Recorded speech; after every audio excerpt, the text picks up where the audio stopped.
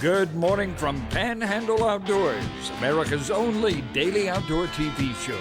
Your source for fishing, hunting, and information for folks who enjoy the great outdoors. Now sit back, relax. It's Panhandle Outdoors.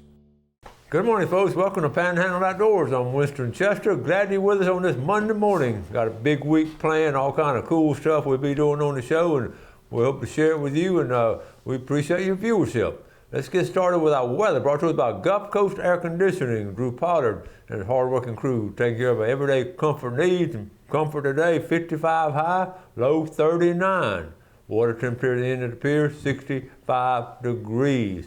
On Monday, we'll do the Monday moon phases, brought to us by Panama City, Coca-Cola. And looking at it, we just started a new moon, had a new moon Saturday night, just got a little sliver coming in tonight, so we're on the waxing process. So it's going to be dark nights right now for a couple of days. So if you get out there doing any fishing, it's going to be dark unless you have a light. Our tide chart brought to us by Kent Forest Lawn. We're looking at, on December 11th, really strong tides. The low this morning, pretty close to now, right at 6:15, is coming in to about 7:30 tonight. And the wind's going to be coming out of the north. They're calling about 12, so it's going to be a little brisky day, but the weather's going to be okay. It's going to be, I'll show you the riverines tomorrow. We'll get caught up on that. Okay, let's take a break, come back with our special guest. Okay, welcome back and welcome to familiar face on Panhandle Outdoors team. Good morning. Good morning. How are you? Good morning, everybody. Man, do we have a lot to go over. And we may not get all in a day. I told them, don't worry about it. We'll get part two later on in the week or whatever. So let's get started, Ken. All kinds of stuff going on. Yeah, well, first, let's get this out of the way. Okay. I've had a lot of requests. I know you've had requests.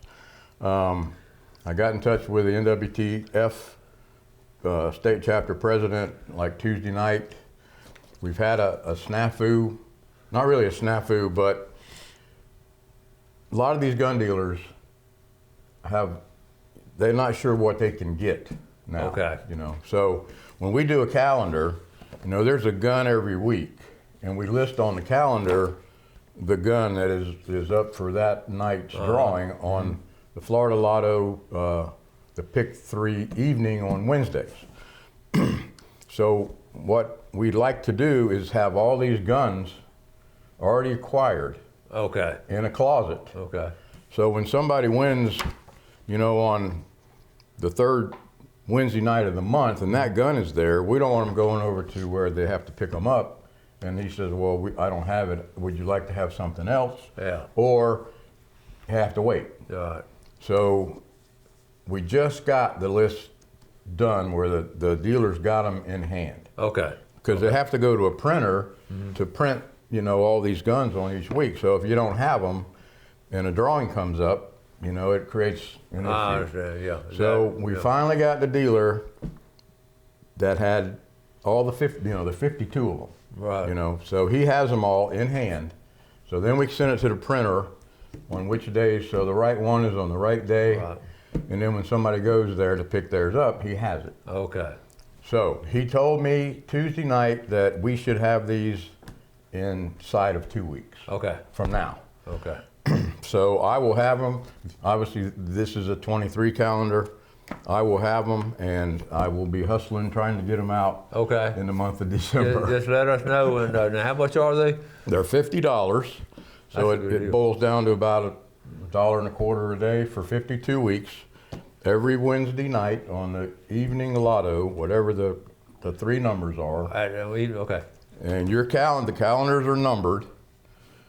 So whichever, if your number comes up, and there's only 1,000 of these printed. So we don't have, unlimited amount. There's 1,000, and they're distributed statewide. We didn't sell them all last year. We sold probably 800 and a quarter. Okay. But I've had personally, I sold 66, I think, last year. Wow. And 7 people that I've sold to have won this year. So yeah, it's possible. I haven't won any. I bought a bunch of them. I gave a bunch away for gifts and everything else. But that is a cool little Christmas gift now, really. Yeah, and I did sell a lot last year for Christmas gifts. Yeah. Because every week that person is in and it. Picture, great pictures, not Right. just a truck. I mean, great wood ducks. And, we had all kind of. Yeah. And people submitted pictures, and then we had some companies that sponsored the month. Oh, yeah. And then they're the ones that have, and they picked the picture, whichever the sponsor was. So Yeah. it's pretty much wildlife. Cool. It's not all turkeys. That's cool. I will have them soon, hopefully. Okay. All right, so we'll keep you posted on that, okay? So what you got next now? You got some cool stuff. I did an experiment over the summertime, and I wanted to talk about it with game cameras and feeding. And after turkey season, I decided I've never had a feeder run all year long. You know, after turkey or right before turkey, you quit. Right. You know, well, the bucks grow their antlers in the summer, and whenever they get their protein is how the antlers grow. It really doesn't do them a lot, in my opinion, to give them protein after the horns are hard, because you know, the protein is what helps them, and nutrients and all that. So I decided I was going to do one stand, one feeder all year round. So I started after turkey season. And what I did was I bought a cracked corn and then whole corn, and I mixed it in the bucket and went up to put it in the feeder. So when the feeder went off twice a day, it had the cracked corn on the ground to keep the turkeys there, and of course the corn for the deer.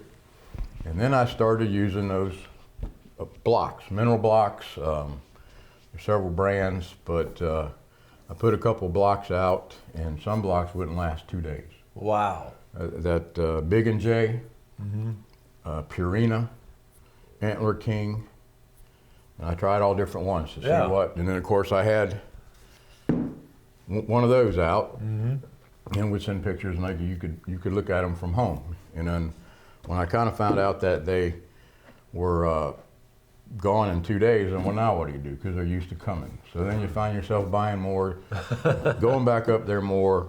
I couldn't keep the block. A good block that they like would be gone. They ate them that quick, you know. Yep. Wow. And pictures of them with their nose in it, pictures of bucks with their nose together, down there eating together. Wow. It was crazy. Wow. And well, then I got to talking to a friend of mine who went to Idaho hunting, and he was telling them out there about it because I had told him, and they said, well, up here we use alfalfa. So he said, get a thing of alfalfa and try it. So I didn't know anything about alfalfa.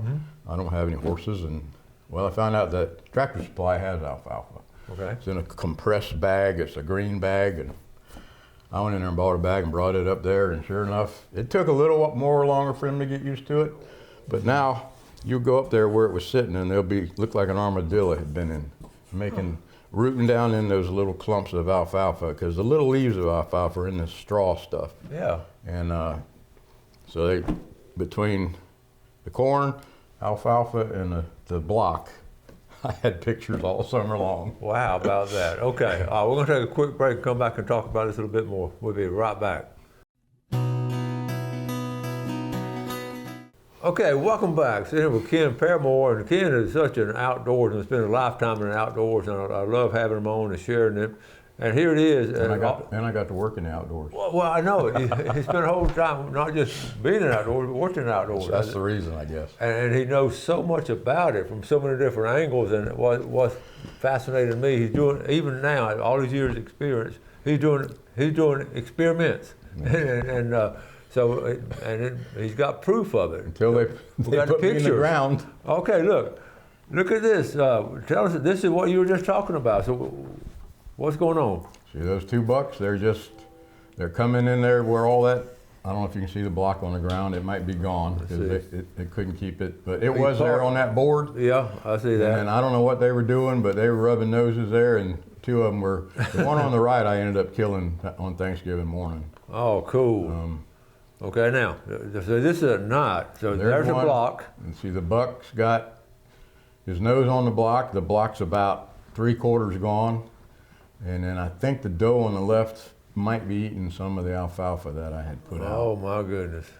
And it was just a neat shot because they had their heads facing different directions. And look at those racks. Okay. There's that buck I shot. I got him finally Thanksgiving afternoon. Now, is the block that big? Yeah, they're like 25 pounds. Okay. And the doe over there, I think, is eating an alfalfa thing that I had, and then the buck has got his nose on that block. So you got a little buffet for him. Oh yeah, I tried all kind of different stuff. Now Here he is. That's my Thanksgiving buck on the right, and a doe. I think that's a doe. Got her nose in the block. No, that's another buck. I'm sorry. Okay. And see how the block is already eaten down? Yeah. I mean, it was like candy, and I don't really want to say how much I spent, but that's a picture of him, and I was able. There's a block on the ground, and there's a block over there on the right of it that they didn't like. Oh, really? So I put two side by side, two different brands. And the one that he's standing over, and he just got done eating some of it. The one on the right they didn't like, and it just deteriorated. So that's part of the experiment. That's the experiment. That is cool. So I had a Tacticam Reveal trail camera that I had put out there, and that was what was getting the pictures. And so this year I just want to try a different brand. So I had a lot of people talk about Spy Point. And so I got an early Christmas present, by the way. Awesome. But I'm fixing to go put this one out this afternoon. Now that's solar? This morning, yeah. And there's another thing I found out with the Tacticam, they eat the batteries up. Yeah. So, and it takes 12 of them, 12 AA's or whatever. So they have battery packs that are rechargeable. So I bought some of those. Okay. So then you can, if you buy an extra one, it comes with one. So when it goes dead, because you're taking pictures 24 hours a day. And with that kind of attractant there, you'll have deer there all night long, literally. Whoa. You'll have them, different ones there. And so they're eating these batteries up when they're, in fact, the thing's taking a picture every minute or two, you know. Yeah, I thought about that. So anyway, I got a rechargeable for the Tacticam. So this time, for my early Christmas, Spy Point has a rechargeable battery in here, but it also has the solar. So I don't have to go out and swap batteries out, even though I'm not buying the AA's. You charge the battery up that's inside. I can't get it open. Okay. It's right there. Okay. But then this keeps it going, and you don't even have to take it out and take it home and charge it, supposedly. Very good. So I haven't put it out yet. I'm putting it out today. Oh, well, let us know how that works and all. That's a good idea. There's plans, for pictures. You have to buy, obviously, the pictures, but so much. This one's $15 a month. And that's worth it to me. Just watching what's going on. You can buy annual. It ends up being about 12 a month, or you can go month to month and then shut it off in February if you want. I mean, that's what some people pay for a cup of coffee. Almost. You think? So I don't know. It's just gotten to be one of those hobbies that you can't. I know exactly what you're trying to develop with me the last couple of years. And you can sit on the couch at night and. I know. Oh, hey, there's 8 Point there right now. This morning before we got on the air, mine went off, and I said, "Wait, look here!" But we had to look what. But one thing, it's sort of foggy sometimes at night. So foggy, and then we can't another tip, and most of the guys who use them know, you don't want to face them east or west. You want to face them north and south. North and south. Because the sun will interfere either going down or coming up, depending on which way it's facing. That's a great point. North and south is what I found the best, and sometimes you don't have a tree north and south. Yeah. So you have to put in you can drive in a fence post, or they have game camera, things you put in the ground and then put them on it. So it's just a ever-evolving mission. That's cool stuff. Cool stuff. But we're going to show a deer in a minute that I killed Thanksgiving. Let's see if I find out for us. But that's a result of all the hard work. Yeah, and the patterning. Let's see. Is this the one right here? Yeah. Okay, here we go right here. So I ended up getting him. He's a 9 Point. I got him Thanksgiving afternoon. I had patterned them. Okay. They were coming in not much, and he wasn't coming in much in the mornings. And a lot of days it was dark or dusk, and it was probably after hours. But then, as it got closer to Thanksgiving, that moon went away. We had a full moon right before then, and then he came in. I got to stand at 2:30 because I wanted to be ahead of him. 2:30 right after Thanksgiving. And because of the camera. Yeah. And he was on the ground at 3:21. No kidding. He came in around 10 after 3 and had another 8 Point with him and some other deer, and I had to wait for the right moment. But wow. What a great story of basically doing your homework, getting that pattern. I mean, it's 2:30 Thanksgiving, but you're going to come in that afternoon and see how it pays off. It's kind of, some people say it's cheating, and I guess it is. But is that him? That's him. This is the full body of it. That is, how much did it weigh? Well, we didn't weigh him, but one of the guys in the club that helped me carry him said he thought he'd be at least 180. 180. Wow. Yeah, so wow. Yeah, he was a good one. Nice job. That's what you get. So now I'm coasting for a while. The pressure's off. You know, the pressure's off, right? That's funny. Yeah. Okay, we got all kind of other stuff too. We got some cool stuff to with Case of the Month and all. But again, I just want to reiterate what we've talked about. He mentioned the moon. He mentioned the time. He mentioned the cameras, and it all comes together if you stick with all it. summer long. Yeah. And I had pictures of him in velvet all the way up through when I harvested him, and it was kind of bittersweet, but hey. Well, congratulations on it, and it's well deserved. I mean, so many hunters just get out there and just, what's going to happen today, and they don't prepare. But that old Boy Scout motto, be prepared, this is the case of it right here. Appreciate it. Yeah. Let's take a break. We'll be right back with Ken.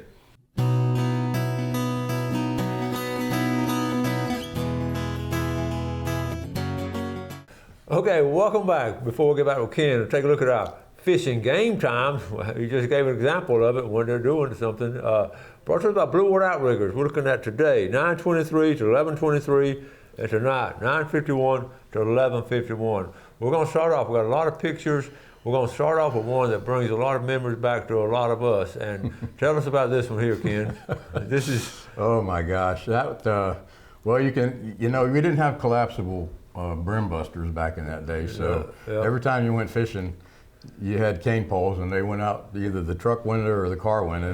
In that case, my dad had that old car. So who is this? That's me in the passenger seat. I probably was 7 or 8 years old. Oh man, and that's your dad's car? I still got that boat in my backyard. No way. Believe it or not. Wow. And he'd haul an engine and a 6-gallon gas tank, and that was on Lake Okeechobee. We went and we camped. We camped right there by where the car is. How cool is that? What a great memory right there. You have it tied down up front, and then you got these racks up here. This is really, but the pole, what brought back so many memories for me. Those cane poles coming out the window.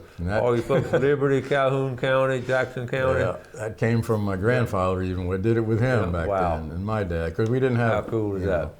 Nobody had no money. How cool is that? Okay. Now we're going to talk about some. All right. My early days in Game Commission. The early days, I know back then they sort of souped up the vehicles and all. So this first car, this is your first vehicle? That was my first patrol car. Okay. It was like a '77 Dodge Monaco. Whoa. And I was assigned to Lake Okeechobee. When you go up there and start, they send you south. So. That's exactly right. But being from down there, it wasn't a big deal. But they sent me to Lake Okeechobee, which at the time I wasn't too thrilled about. But I was assigned water patrol, and that was my first patrol car. And what size engine did that big car have? That had a 440 Dodge Magnum in it. So I don't know why. I guess that's just how they came, but it would fly. I bet it would fly. Yeah. Goodness, great, 440. Yep. About that big. And then I had a patrol boat. Okay, so all right, so here's your boat right here. That was my first patrol boat, which was the name of it was an old timer, made somewhere in Central Florida. It's like the old catfish boats, and it had you talking about flying? It had 200 on the back of it, and that's what I lived in those apartments there. I was no kidding. That's where you lived. 23 years old, and that's where I worked out of. Clewiston, that was in Clewiston. Okay, and I love how you tell some local fishermen designed that with a bow coming up so it could run across Lake Okeechobee. Cat fishermen had them too, yeah. And they probably were low bid at the time when the state bought them, but low bid. That thing would fly. Okay. And there's just some other new pictures, or old pictures, I should say. That was a 4-wheel drive Ram Charger that I got later on down the line. A young Ken Paramore. Yep. And now those are pretty well equipped, weren't they? Yeah, and that thing was a beast. I mean, it would go through the mud, and you put good grip tires on it, and of course down there, it was all a lot of swamp. That's a 2-wheel drive version. Okay. But we put winches on the front of the 2-wheel drives, and they had positive traction in the rear, so they did pretty good. But not like the 4-wheel drive. Yeah. And then of course that was my baby there. That was 1947 Jeep Oh my goodness. 4-cylinder flathead. That was my patrol buggy in the management area. Oh man. We had a 60,000 acre management area down there that was a lot of swamp. Wow. No, I bet that was fun. That thing was awesome. I bet that was fun to drive. Let me get back really to it. I something. just hit the wrong one. Let me get back to it. Okay, we were on. Okay, we're on this one next. This is the other side of it. Yeah, it's just a different angle coming out of you see that old 2-trail swamp back there. It came out man.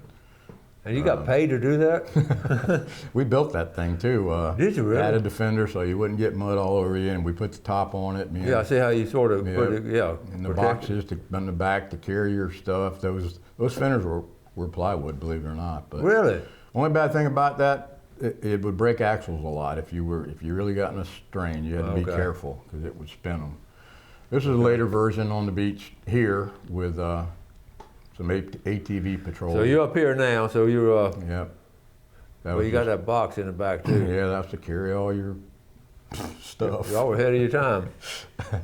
That was another version of a buggy that was in my area. That one, the Jeep was assigned to me. That was assigned to a co-officer of mine down there, but same deal, you know. Well, listen, what do you do tires. if it was raining? What, they didn't have a top? You got out your raincoat or you got wet. One of the two. But now they use those even during hurricanes and storms and stuff because of high water. Yeah. You know, they can go through a lot of water. Wow. Then we had airboats. Matter of fact, you know the guy in the front seat. That's Hal Webb. How well? We had a detail on St. Joe Bay back in 2010 when it was freezing so bad. Yeah. And it didn't get up above freezing for like 7 days or something. And all those turtles, we were down there on that airboat. They're all cold stunned, and they just like they're dead laying in the water. And we picked them up. We were down there for days and bring them to the shore, and then the rehab people came and got them. So that was us collecting those. Okay. And, I'm up there on the So y'all back. brought they were just sort of stunned and floating along. They float. You think they're dead till you pick them up, and they barely move. And if y'all had not rescued them, they would all. A lot of them were dead. Yeah. But we did rescue. All those we put on the boat were alive. Wow. Well, we knew we were going to run out of time. We got a lot more to do. We're just going to do part 2 later on this week or first of next week when we get together. We got a lot more stuff and maybe know more about the calendars then too and all kind of stuff. Okay, this is some cool stuff. I mean, from the old cars to that 440 engine, I could that's like smoking a bandit back in those days. So there we go. That's cool. Ken, thanks for coming on, buddy. Thank you. Enjoyed it. Thank you. Congratulations again on that big buck. Appreciate it. Well deserved. I mean, doing that kind of homework on it and all that. So maybe that's an encouragement to you. Waiting for the rut now. Waiting for the rut. Okay.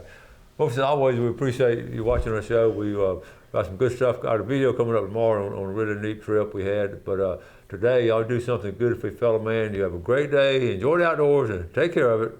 And God bless. God bless. Thanks for watching America's only daily outdoor TV show, Panhandle Outdoors with Winston Chester, featuring hunting, fishing, and other activities and information to help you enjoy the great outdoors. Join us next time for Panhandle Outdoors.